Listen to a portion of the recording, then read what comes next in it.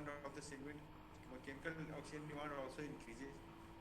So what happens, there is competition for oxygen, and there is sometimes there is mass fish kill and planktonic collapse, मतलब बहुत ज़्यादा मछलियाँ मर जाती है गर्मियों के सीजन वक्त में, मोस्टली क्योंकि ऑक्सीजन की कमी के कारण। ऑन द अदर हैंड, जैसे डीपर पेरेनियल पॉन्ड्स होते हैं जहाँ पर वाटर एबिलिटी अच्छा आप मेंटेन करके रखते हैं, तो वहाँ पर क्या है कि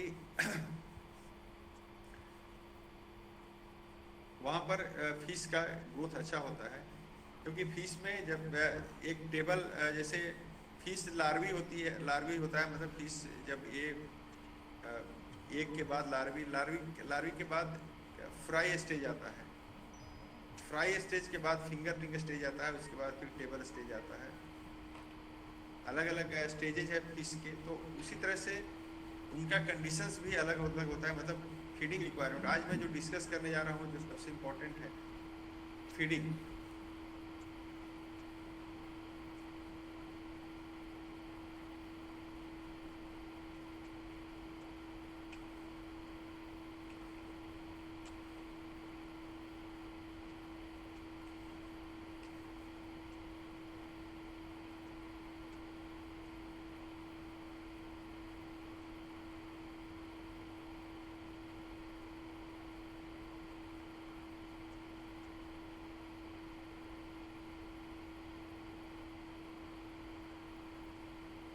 ये बुक आप लोग कभी पढ़े कि नहीं पढ़े?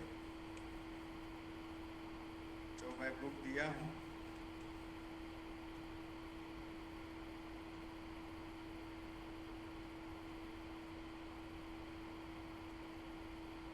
फीड, ठीक है ना, क्योंकि फीडिंग हमारा जो मोस्ट इम्पॉर्टेंट वर्क है, क्योंकि जब हम फिश प्रोडक्शन की बात करते हैं तो एक पॉन्ड का कंस्ट्रक्शन और उसके बाद feed ability, feeding is very very important. तो हम लोग फिश को कैसे फीडिंग करें, क्या क्या फीड्स दें, that is very important. So undrainable ponds have the ability to continuously supply natural fish pond, natural fish food for the cultivated carp species. मतलब जहाँ अनड्रेनेबल पॉन्ड है वहाँ कार्प स्पीसीज के लिए फिश अवेलेबल नेचुरली होता है, but the quantum of natural food usually available in the pond is not sufficient to support the dense fish population cultivated in a semi-intensive and or intensive fish culture system. Natural feed is always supplemented with some artificial feed to achieve optimum production. कहने का मतलब है कि जो feed आपको हम बता रहे थे लास्ट क्लास में कि 3 इंडियन कार्प स्पीसीज, जैसे मृगल है, रोहू एंड कतला, these are the 3 Indian carp species, and 3 exotic carp species like silver carp, grass carp and common carp. These are exotic मतलब दूसरे देशों से कार्प स्पीसीज को लाया गया, जैसे चाइनीज है। तो इनको हम कंपोजिट कल्चर, मतलब कार्प स्पीसीज को आप कंपोजिट कल्चर में आप ग्रो कर सकते हैं। And naturally fish feed available होता है, लेकिन जब फिश का पॉपुलेशन संख्या ज़्यादा होता है किसी पॉन्ड में, तो नेचुरल जो नेचुरल फीड मतलब जो पॉन्ड में अवेलेबल रहता है, अवेलेबल हो जाता है नेचुरली ईयर राउंड, तो उसको हम लोग आर्टिफिशियल फीड से सप्लीमेंट करते हैं। अब यहाँ पर समझने वाली बात यह है कि नेचुरल फूड क्या क्या है। So some of the cultivable fish species such as trout, salmon, eel are exclusively fed on artificial feed. इस तरह से कि ट्राउट, सालमन, एल जो है ये आर्टिफिशियल फीड पर ही डिपेंड होते हैं, फूड पर। On the other hand carps require natural food and many feel that at least 50% of the food ingested bye them should be natural food items. Hence the ability of natural feed is one of the major contributing to fish production in Indian development. So what happens in case of natural feed, it should be balanced। 50% जो feed requirement है natural feed से मिलना चाहिए। And balance means जैसे कि हम लोग animals हैं, जैसे हम लोग ह्यूमन बींग्स के लिए प्रोटीन्स, कार्बोहाइड्रेट्स, फैट्स चाहिए, मिनरल्स चाहिए, विटामिन्स चाहिए, उसी तरह से फिश को भी proteins, carbohydrates, fats, vitamins, minerals ये सब चाहिए। It may not be present in desired levels in artificial feed. Artificial feed में जो proteins, carbohydrate, fats, vitamin and minerals present नहीं रहता है, तो इसको हम लोग क्या करते हैं, सप्लीमेंट करते हैं। तो natural feed must be supplemented always with artificial feed and which possess essential amino acids and fatty acids required for growth of the growth, while most of the artificial feed may be deficient. So what are the pond ecosystem में पिछले class में हम discuss कर रहे थे कि variety of natural food available होते हैं। द फॉलोइंग, इसमें देखिए आपने फाइटोप्लैंक्टन में क्लोरोफाइसिएसी, ब्रेसिलियरियोफाइसी, बहुत सारे स्पीसीज, इनका एग्जांपल है green algae, diatoms, blue green algae, sarcodines, flagellates, ciliates. Zoo planktons का ये species zoo benthos, in addition to some of the cladocerans and ostracods, the following groups are also represented. Crustacea family का है, aquatic insects हैं, mollusca family का है। So there are so many protozoans है, there are so many zooplankton also, that means zooplanktons also. So besides green algae, diatoms, blue green algae, many of the zooplanktons are also present in the as a natural feed. So, and in addition to these bacterioplankton, detritus material coated with bacteria and very phyton are also equally important as natural fish food. Means zooplankton, phytoplankton, these are naturally available in undrainable ponds because you are not draining the water. So in that case, and the aquatic bacterial community, while regulating a large number of important processes in the pond energy flow and mineral recycling, also serve as a food for several carp species. तो ये जितने भी जू plankton और phytoplankton available रहते हैं naturally, एक carp species composite carp growth के लिए बहुत ही अच्छा होता है। Okay, so actually there is no need of remembering all these zooplankton and phytoplankton, but for your knowledge it should be you should know these things, that these are the species which are present. So now natural food preferences for the Asiatic carps means different species, different catla के लिए, रोहू के लिए, मृगल के लिए, grass carp, silver carp, common carp. ये आपको बताया कि ये कंपोजिट फिश कल्चर में catla, rohu, mrigal, grass carp, silver carp, common carp, ये सब देखिए। इसके लिए लार्वी के लिए क्या क्या फीड, कौन कौन से फीड, नेचुरल फीड अवेलेबल रहते हैं। इसमें देखिए लार्वी समझते हैं,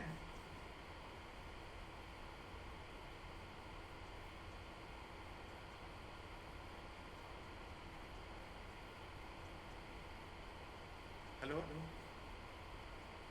यस सर।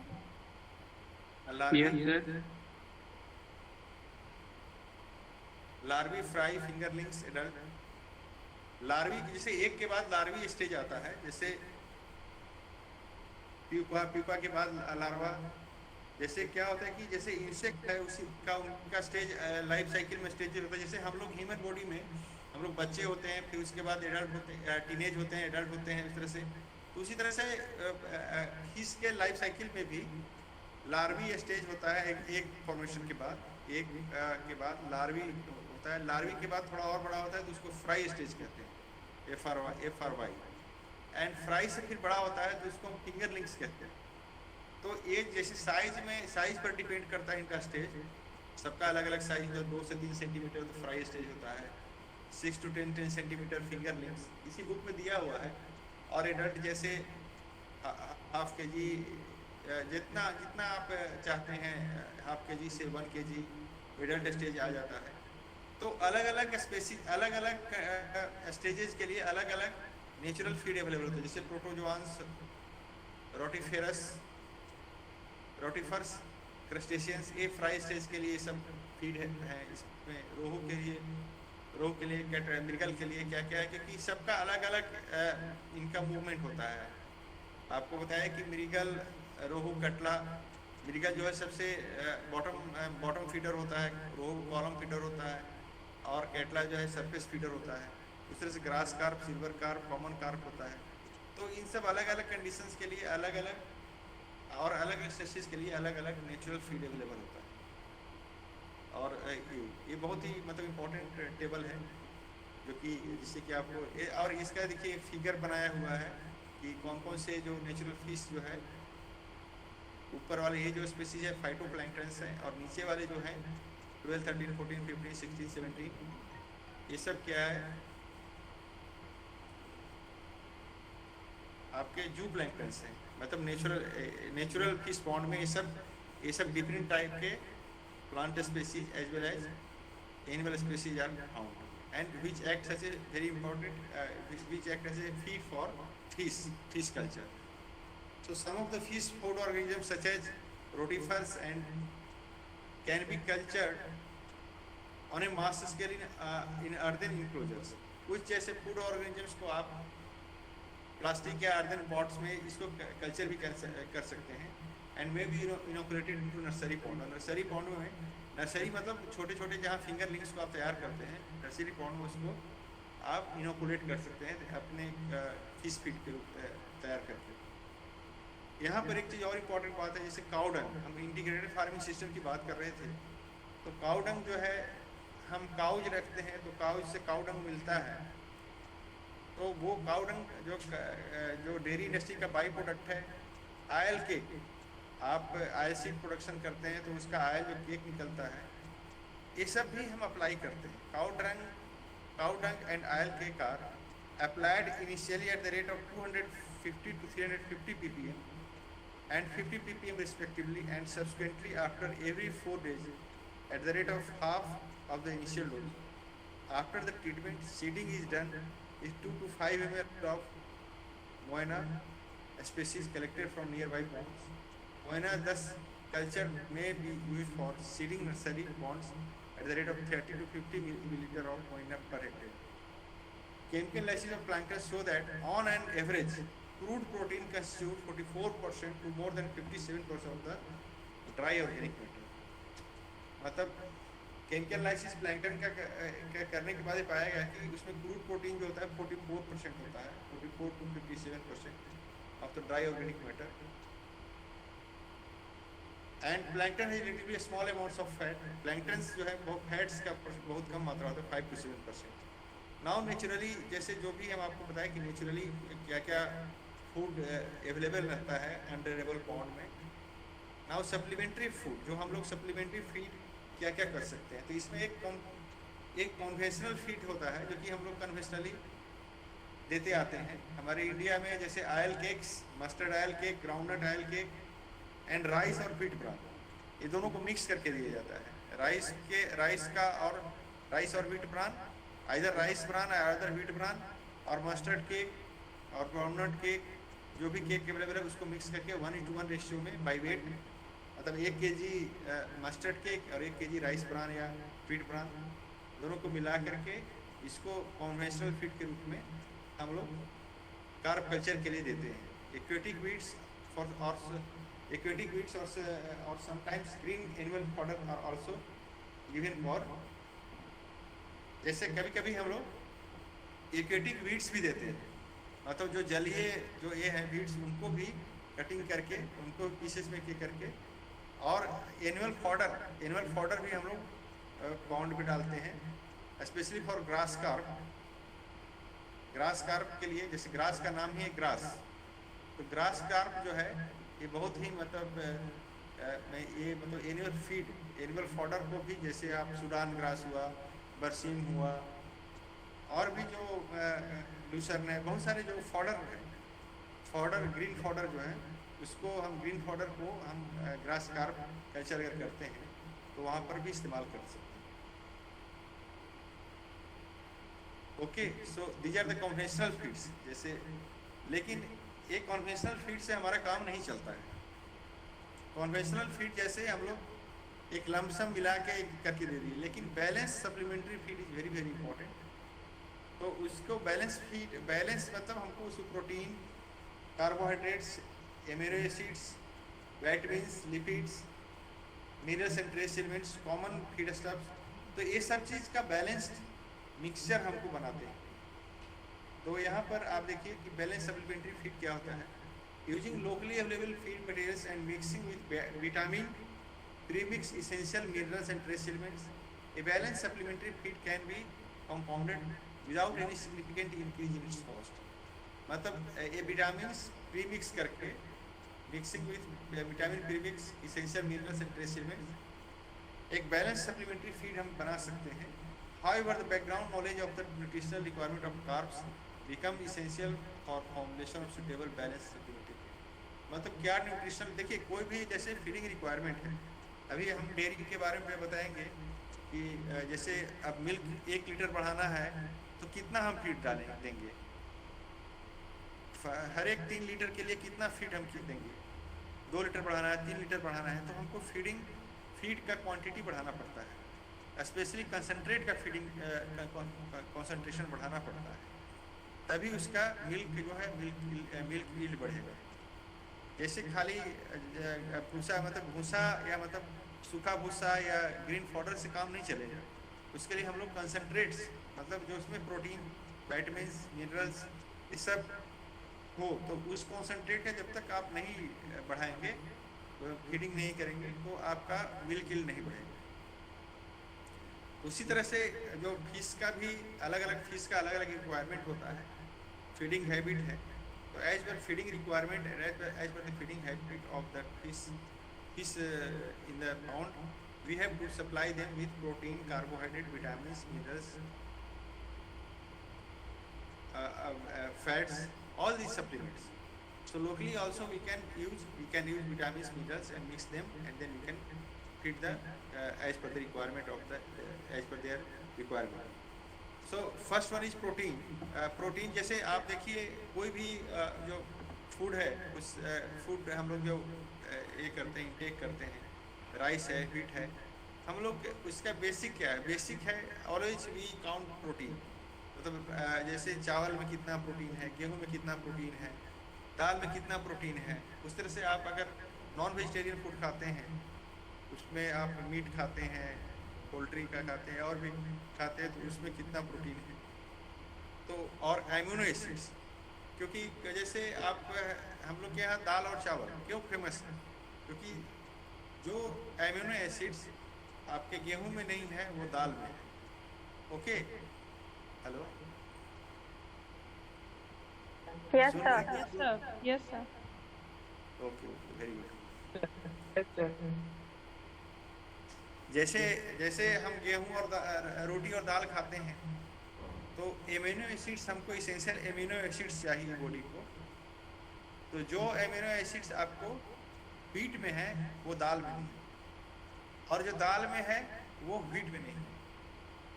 इसलिए दोनों को जब मिक्स करते हैं, मतलब रोटी और दाल दोनों साथ में लेते हैं, तो कंप्लीट फूड बन जाता है. मतलब कंप्लीट एमिनो एसिड्स हमारा सभी इसेंशियल एमिनो एसिड्स मिल जाते हैं. नॉन वेजिटेरियन फूड क्यों, जैसे आजकल कहा जाता है कि नॉन वेज खाइए, कमजोरी है, वीकनेस है, इसमें क्या है कि सभी इसेंशियल एमिनो एसिड हमको एक साथ मिल जाते हैं. जैसे आप मीट खाते हैं, पोल्ट्री खाते हैं, तो सभी इसेंशियल एमिनो एसिड्स और साथ में साथ जो मिनरल्स हैं, जैसे आयोडीन बहुत सारे आपके अवेलेबल नहीं होते हैं. जैसे ग्रीन वेजिटेबल्स में आयोडीन सभी में नहीं अवेलेबल होते, लेकिन वही अगर आप मीट खाते हैं तो उसमें आयोडीन भी रहता है, कोबाल्ट भी रहता है. तो कहने का मतलब है कि मिनरल्स के साथ साथ all the essential amino acids are required for human body are fulfilled by non vegetarian. लेकिन हमारे जैसे गेहूँ और दाल, दाल और रोटी से हमारा कंप्लीट फूड हो जाता है. क्यों? क्योंकि जो दाल में एमिनो एसिड्स है वो गेहूं में नहीं है, और गेहूं में जो एमिनो एसिड्स है वो दाल में. दोनों को जब ये कर देते हैं, कंबाइन करते हैं, तो हमारा कंप्लीट फूड हो जाता है. तो एसेंशियल एमिनो एसिड्स मतलब प्रोटीन के साथ साथ हमारा amino acids is very important. मतलब gross protein and specific amino acid requirement levels means कोई भी फूड का जो आइटम हम ये करते हैं उसके प्रोटीन वैल्यू पर करते हैं, तो उसमें ग्रॉस प्रोटीन कितना है और उसके बाद स्पेसिफिक एमिनो एसिड रिक्वायरमेंट. यहाँ पर आप देखिए, तो यहाँ पर ये gross protein and specific amino acid requirement level. So protein requirement के बेसिस पर हम लोग ये करते हैं. Protein requirement is influenced by several factors like water quality, natural food availability in ponds, dietary protein quality, the amount of non-protein energy in the diet, stocking density. So many factors: water quality, natural food availability, dietary protein quality, इन सब factor पर protein का requirement depend करता है। अब देखिए यहाँ पर एक एग्जाम्पल बड़ा ही अच्छा दिया हुआ है, protein requirement of certain carbs. Carbs का प्रोटीन रिक्वायरमेंट कितना है पर KG of crude protein level in diet for optimal पर ग्राम पर केजी, मतलब 1 केजी पर केजी के बॉडी वेट के हिसाब से कितना प्रोटीन रिक्वायरमेंट है। तो जैसे कॉमन कार्ब के लिए 450 टू 480 ग्राम है, रोहू के लिए 450 ग्राम है पर केजी, मिरिगल के लिए 450 है, ग्रास कार्ब के लिए 480 टू 431 है। तो इस तरह से इनका रिक्वायरमेंट है प्रोटीन का। इसी तरह से एसेंशियल एमिनो एसिड्स, जैसे अभी आपको पता है ये देखिए एमिनो एसिड्स हैं, essential amino acid requirement for common carp, जैसे arginine, histidine, isoleucine, lysine, lysine, methionine, phenylalanine, threonine, tryptophan, valine, ये सब जितने सा एमिनो एसिड्स क्या होते हैं, यही तो हमारे डीएनए के कंस्टिट्यूट। तो ये एमिनो एसिड्स जो है ये प्रोटीन मतलब 4.2% प्रोटीन परसेंट और डाइट इतना 4.2, इस तरह से इस रेशियो में इनका इन एमिनो एसिड्स का रिक्वायरमेंट होता है।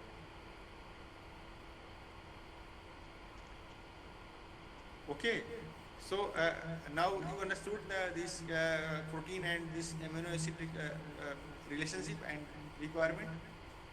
आपको समझ में आई बात? The dietary protein levels have been shown as optimal for fry and fingerlings for Indian major carbs, table number 13.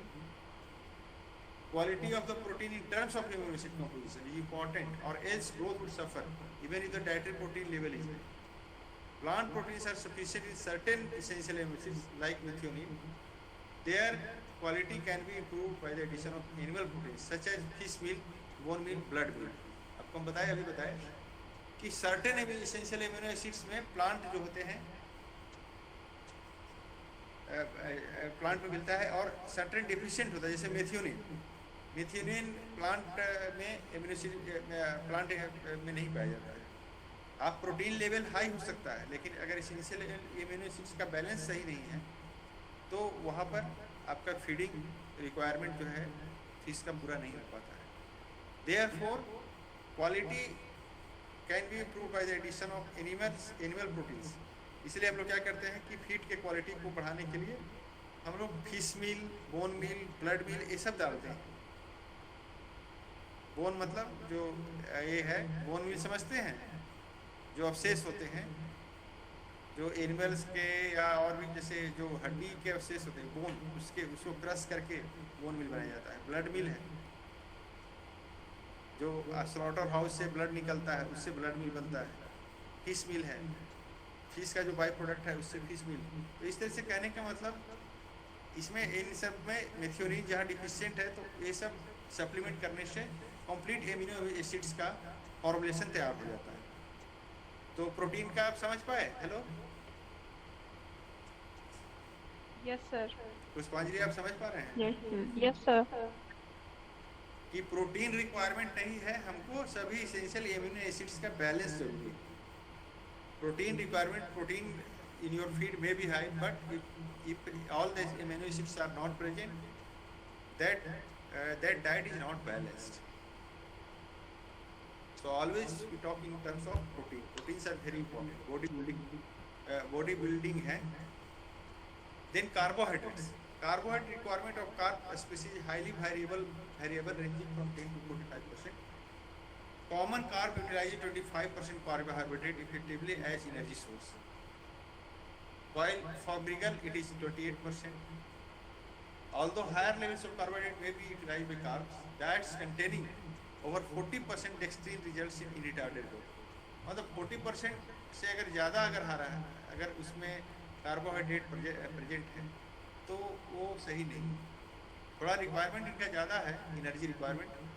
Carbohydrates क्या देता है? एनर्जी प्रोवाइड करता है। ओके, प्रोटीन क्या है? ये बॉडी को बनाता है, मतलब जो बॉडी के सिंथेसिस बिल्डिंग ब्लॉक्स हैं मसल्स के लिए काम बनाने में या बॉडी के और भी रिपेयर के लिए, इसमें प्रोटीन का काम आता है।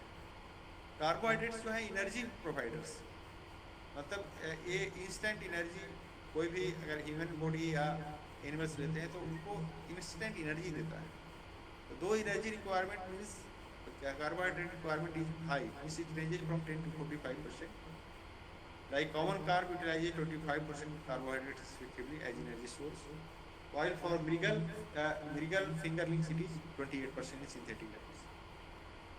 Okay, समझ पा रहे हैं? Yes sir. सर जो वेजिटेरियन होंगे उनका कैसे प्रोटीन फुलफिल होता होगा? जैसे बताया ना कि जैसे आप दाल और रोटी खाते हैं, हेलो, Yes, sir. तो दाल में जो एमिनो Yes, एसिड्स sir. है ना, वो गेहूं में नहीं है, और गेहूं में जो एमिनो एसिड्स है वो दाल में नहीं है। तो कहने का मतलब दाल और रोटी जब साथ में खाते हैं तो कंप्लीट एमिनो एसिड्स का फुलफिलमेंट हो जाता है।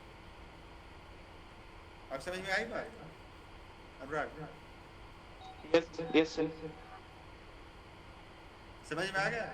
क्योंकि जैसे मेथियोनिन या डिफिशिएंट है तो वो जो पल्सेस जो है उसमें रिच है मेथियोनिन। तो अगर मान लीजिए कि आप, इसीलिए ऑलवेज कहा जाता है कि दाल रोटी, मतलब इसीलिए कंप्लीट डाइट, वेजिटेरियन डाइट जो है से पल्सेस प्लस ए। खाली अगर चावल खाएंगे तो वो कंप्लीट फूड नहीं है। हमारे यहाँ क्या है कि मैक्सिमम लोग कार्बोहाइड्रेट बेस्ड फूड खाते हैं, जो मैक्सिमम पॉपुलेशन है। तो माल न्यूट्रिशन इसी के चलते होता है कि वो प्रोटीनेशियस डाइट नहीं ले पाते हैं।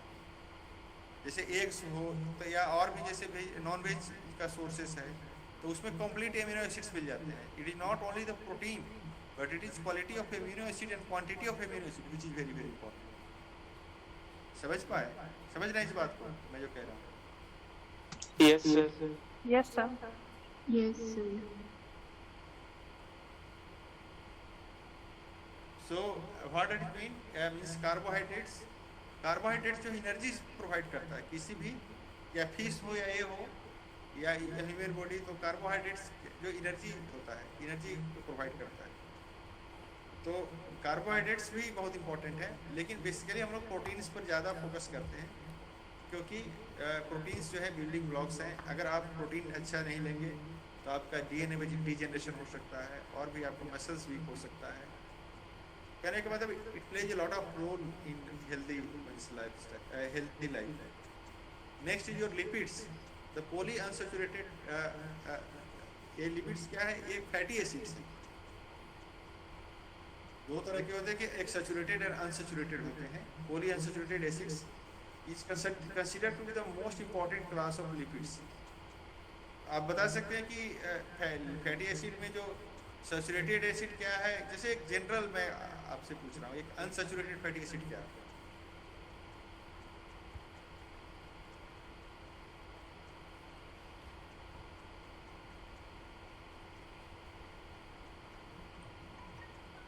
यस सर, जो वाटर में सॉल्युबल नहीं हो, अनसैचुरेटेड फैटी एसिड है। चलिए कोई बात नहीं, आपने ट्राई किया है, लेकिन आप थोड़ा मैं यहाँ पर एक बता दे रहा हूँ। जैसे सैचुरेटेड फैटी एसिड जो होते हैं, ठीक है, जैसे आप घी खाते हैं, घी जो होता है ये सैचुरेटेड फैटी एसिड होता है। और अनसैचुरेटेड फैटी एसिड जो आप समझिए कि मतलब उसमें भी अनसैचुरेटेड रहते हैं, लेकिन अनसैचुरेटेड फैटी एसिड का क्वांटिटी ज़्यादा रहता है, इसीलिए देखिए जम जाता है घी। लेकिन जैसे आप मस्टर्ड ऑयल है तो वो रूम टेम्परेचर पर भी जमता नहीं है, हालांकि उसमें भी ये रहता है, लेकिन पॉली अनसैचुरेटेड फैटी एसिड उसमें ज़्यादा क्वांटिटी में रहता है। ठीक है, तो टेक्निकली थोड़ा सा मैं नहीं समझा पाऊँगा अभी कि क्या है अनसैचुरेटेड। उसमें जो हाइड्रोजनेटेड ज़्यादा रहता है, एक आप समझ लीजिए कि जो सैचुरेटेड होता है उसमें हाइड्रोजनेशन ज़्यादा रहता है, हाइड्रोजन का मात्रा ज़्यादा रहता है, तो वो सैचुरेटेड फैटी एसिड होता है। और अनसैचुरेटेड फैटी एसिड जो होता है, तो आप यहाँ देखिए कि फिश में पॉली अनसैचुरेटेड फैटी एसिड बहुत ज़्यादा नहीं होता है, इसीलिए फिश को एक हेल्दी, मतलब इवन हार्ट पेशेंट या इसको भी फिश खाने के लिए कहा जाता है, क्योंकि उसमें पॉली सैचुरेटेड मतलब सैचुरेटेड फैटी एसिड की क्वांटिटी कम होता है। इसलिए उनका रिक्वायरमेंट भी जो होता है पॉलीअनसैचुरेटेड फैटी एसिड, लिपिड्स, ये कार्ब्स वगैरह को ये सब ज़्यादा चाहिए लिपिड्स में। Can derive their lipid requirement from natural feed, however available in the pond since these ponds are readily available in planktonic and other probiotic communities. Lipids are also considered to be the most important sparing compounds. By adding 5% of soybean oil with optimum protein requirement of young minor carp can be brought down to 33% from 38%. The addition increases the dietary metabolic energy from 2.8 to 3.1 kilo calorie per ग्राम। कहने का मतलब जैसे carbohydrates है उसी तरह से भी lipids भी बहुत एनर्जी रिच, जैसे ये और भी एक तरह से कंसंट्रेटेड फॉर्म ऑफ कार्बोहाइड्रेट्स हैं, मतलब फैटी एसिड्स हैं। तो कहने का मतलब इसमें एनर्जी ज़्यादा, जैसे आप मान लीजिए कि चावल खा रहे हैं तो वो कार्बोहाइड्रेट का रिच सोर्स है, जितने भी आपको सीरियल्स हैं वो कार्बोहाइड्रेट के रिच सोर्स है। तो कार्बोहाइड्रेट के अलावा अगर आप जैसे आयल फैटी एसिड, आयल जो है तेल है, जो है फैटी एसिड है, लिपिड से। तो अगर तेल भी लेते हैं, तेल इसीलिए तला भुना ज़्यादा चीज़ खाने से वो और भी थोड़ा हेवी हो जाता है, मतलब कहने का मतलब वो और भी ज़्यादा उसमें एनर्जी रहता है लिपिड्स फैट्स में। ओके, तो इनके एडिशन से आपका 2.82 जो एनर्जी इनका जो ये है metabolic energy from 3.8 to 3.1 kilo calorie बढ़ जाता है। तो कार्ब्स कैन हाउएवर मतलब इनको लिपिड्स बहुत ज़्यादा अलग से देना नहीं होता है, क्योंकि नेचुरली फीड जो अवेलेबल होता है पॉन्ड में उससे इनका रिक्वायरमेंट फुलफिल हो जाता है। Next is vitamins. Vitamins studies on vitamins requirement of fish are very limited. तो वैल्यूज ऑफ, अब जैसे विटामिन्स लिमिटेड क्योंकि नेचुरल फीड्स जो अवेलेबल होते हैं तो उसमें मोस्टली मिल जाता है हमको।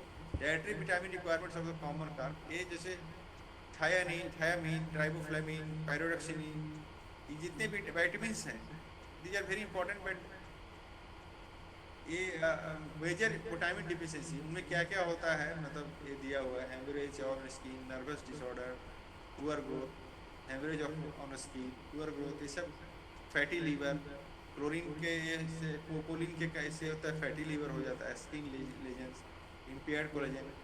तो vitamins are also very important for fish growth and minerals and trace element. जैसे ह्यूमन बॉडी के लिए विटामिन्स, लिपिड्स, कार्बोहाइड्रेट्स, इसीलिए हम लोग को सब बैलेंस अमाउंट में हम लोग कहा जाता है कि आप फैट भी बैलेंस लीजिए, विटामिन्स भी बैलेंस लीजिए, आवश्यकता से ज़्यादा मत खाइए, सप्लीमेंट नहीं खाने के लिए मना करते हैं, जब तक रिक्वायरमेंट ना हो नहीं खाएं। Like higher vertebrates, carp also have dietary requirements of minerals such as calcium, iron, magnesium and phosphorus. ये जैसे मिनरल्स मतलब थोड़ा ज़्यादा क्वांटिटी में रिक्वायरमेंट होते हैं, और ट्रेस मतलब बहुत small quantity, cobalt, iodine, zinc, copper, manganese, sulphur, fluorine, molybdenum etcetera. For common carb, the minimum requirement of phosphorus is in the diet is 0.6 to 0.7%, and that of calcium is 0.028%. तो इन सब ये minerals का भी और trace elements को भी उसमें feed supplement में मिक्स किया जाता है और इनको भी दिया जाता है ताकि हेल्दी ग्रोथ हो सके। And what are common feed stuffs? A large number of feed stuffs are presently used as supplementary feed for carbs in unreliable pond culture system. Cakes of oil seeds such as groundnut, mustard, linseed, ये सब का cakes भी इस्तेमाल किया जाता है। Dried fish मील, blood meal, आपको बताया बोन मील, ये सब ये देखिए आपका पूरा इसमें दिया हुआ है। Livestock and fish feeds, slaughterhouse offals, prawn head meal. There are so many are also widely used depending on their availability and price. Then oil cakes जैसे ब्रांस, oil cakes के साथ साथ brown broken cereals such as rice, wheat, maize are good but expensive feed materials. Leafy feeds are suitable for grass carp. जैसे grass carp के लिए आपको बताया कि fodder crops भी का भी विशेष करके उसको छोटे छोटे टुकड़े में कर करके हम फीडिंग कर सकते हैं। Tender leaves of various aquatic and terrestrial plants, cassava, colocasia, जो ये सब है, इसमें जो ट्यूबरस ये है क्रॉप्स हैं, banana, sweet potato, maize, green animal fodder such as berseem, napier, para napier, elephant grass, ये सब अभी डिस्कस किए थे। इन सब का भी इस्तेमाल किया जाए। किचन वेस्ट आप इस्तेमाल कर सकते हैं, household scraps, wastage of bakery, beer brewing और rice wine industry waste can be profitably used as a fish feed. अभी ये सब देखिए, यहाँ पर आपको जो approximate composition of some of the common fish feed stuff, ये जैसे plant product, groundnut oil cake में dry matter, CP, crude protein,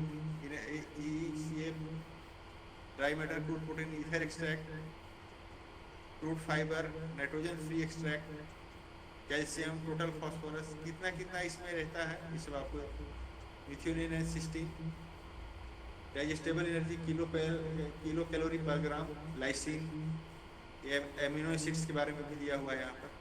तो अलग अलग प्लांट प्रोडक्ट्स में, फिर animal products, blood meal, bone meal, fish meal, prawn meal, silkworm, pupae, fresh cattle manure, ये सब कॉमन जो है आपका common composition of some of the common fish feed stuff, ये है आपका।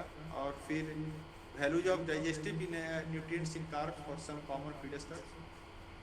और डाइजेस्टिव न्यूट्रिएंट्स, एक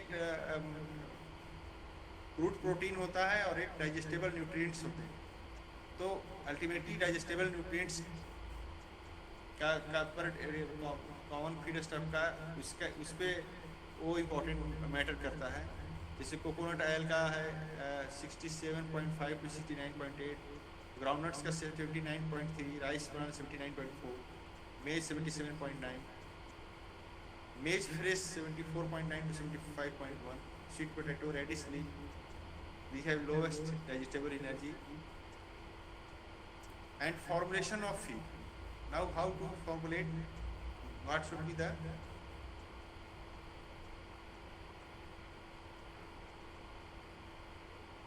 blending, how we are going to blend and how we are going to mix various categories, various type of feed into a readily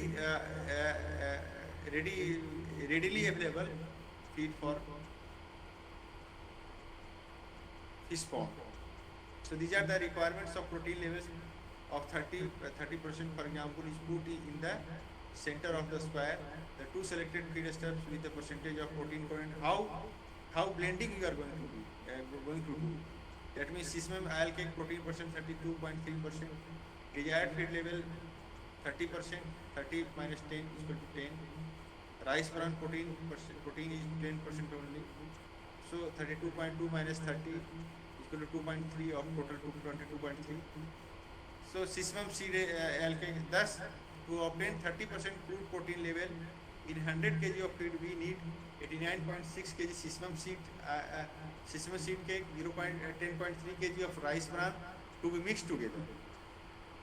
मतलब final हम formulation कैसे तैयार करते हैं, उसका एक फार्मूला यहाँ पर दिया हुआ है कि ये कैसे हम फार्मूला कैसे हम कितना क्वांटिटी मिलाएं तो हमको 30% क्रूड प्रोटीन लेवल हमको उस फीड में मिल जाएगा। तो ये इसका फार्मूला है 20 डिवाइडेड बाई 22.3 मल्टीप्लाइड बाई 100। यहाँ पर सिस्मम आयल के प्रोटीन 32.3%, राइस बार में 10% है, और तो 30 minus 10 equal to 20। So 20 divided by 22.3 into 100 is equal to 89.6%, and 22.3 divided by 22.3 into 100 is equal to 10.3%।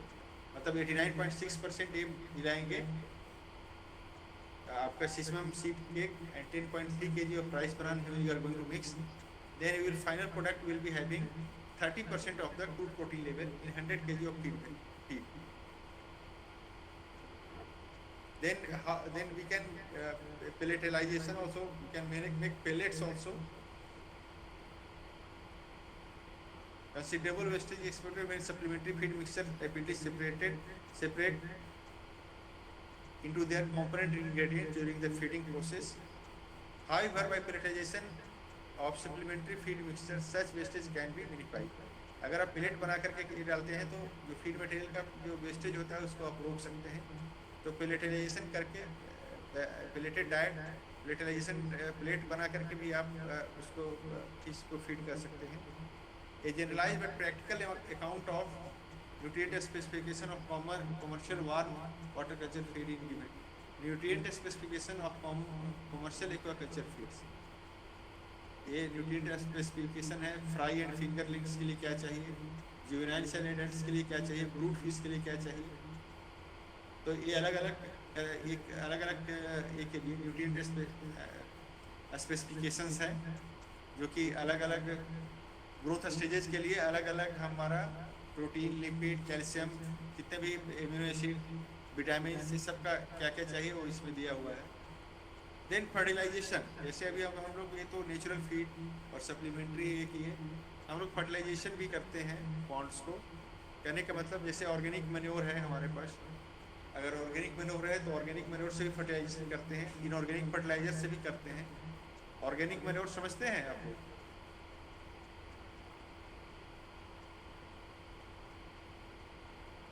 Goldy? Yes sir. Yes, sir. Organic manure समझते हैं? हेलो. Hello. हाँ, सुनाई पड़ रही है आवाज हमें? Yes, sir. ऑर्गेनिक मैन्योर क्या होता है? हाँ. सर जो नेचुरल गोबर वगैरह हो गया सर वो सब ऑर्गेनिक मैन्योर हुआ. सर विदाउट केमिकल्स वाला, इसमें कोई केमिकल्स नहीं किया जा सकता है, वो नेचुरली मिल जाता है, उसको ऑर्गेनिक मैन्योर बोलते हैं. जैसे कि कोई क्रॉप के रेसिड्यू हो गए या फिर कोई वेजिटेबल वेस्ट हो गया, उससे जो हम लोग एक कंपोस्ट टाइप को बना के यूज़ किए जाते हैं, उससे ऑर्गेनिक मैन्योर कह सकते हैं. मतलब cow dung as a raw is not organic manure, but when you are decomposing it, जब आप डिकम्पोज कर रहे हैं, इसको ट्रांसफॉर्म कर रहे हैं, तब वो ऑर्गेनिक मैन्योर कहलाता है. इससे पिग मैन्योर हो सकता है, गोट मैन्योर हो सकता है, पोल्ट्री ड्रॉपिंग्स हो सकता है. So there are variety of organic manures are available. हम ये इसलिए पूछ रहे थे कि पता चला कि आप लोग हम इतना ये बता रहे हैं, आप लोग अभी खाना खाने के बाद नींद आने का समय है तो आप लोग सो न जाए. बोरिंग लगता है ना, इंटरेस्ट का जब नहीं होता. आप लोग को इंटरेस्ट लग रहा है इसमें? Yes, sir. Yes sir. Agriculture से तो ये टॉपिक बोरिंग है. हाँ? हेलो, थोड़ा बोरिंग है ना? एग्रीकल्चर के कंपैरिजन में थोड़ा सा बोरिंग है. Yes sir. First time is actually क्या है ना कि ये पूरा हम बैकग्राउंड पूरा आप लोग डिटेल्स में पढ़े नहीं हैं. अब एक एक चीज़ डिटेल्स में बताते तो बहुत बड़ा ये है. मैं थोड़ा सा फीडिंग और जो कॉमन कार्ब कल्चर, जो पीसी कल्चर के बारे में थोड़ा सा बैकग्राउंड, थोड़ा आइडिया दे रहा हूँ. और फीडिंग और उनका रियरिंग इम्पोर्टेंट है, इसीलिए मैं थोड़ा इंटरेक्ट कर रहा हूँ. थोड़ा सा आप लोग जाग जाइए, ठीक है? क्योंकि ये टाइम थोड़ा नो सा सर, सब जगह हुए हैं बट वहीं.